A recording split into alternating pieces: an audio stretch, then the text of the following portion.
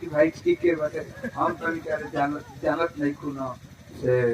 कहियो मरनी बा कहियो जेनी बा कहियो राजनीतिक प्रोग्राम बा यही तो चलत आते तो कहते कि ठीक है बजा तानी ना हमके जी कहले हरी नहीं लेकिन जी कहले तो कहते कि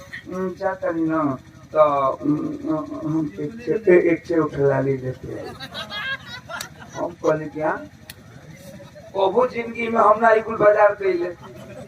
अच्छा भाई साहब हम गाना रहे हमारे बलिया से आ जाए के रहे हरदी में ओने को प्रोग्राम रहे कलश के उठलानी लेते ही भाई साहब हम हर रास्ता सोचत के कहले कि जिंदगी में कुछ मंगलस ना अगर मांग दिलस को उठलानी लेता वो हम ते कुल को जिंदगी में बाजार कैले ना ओके कीने डिसाइड करता मारिए वही खरीद के दे तो लिया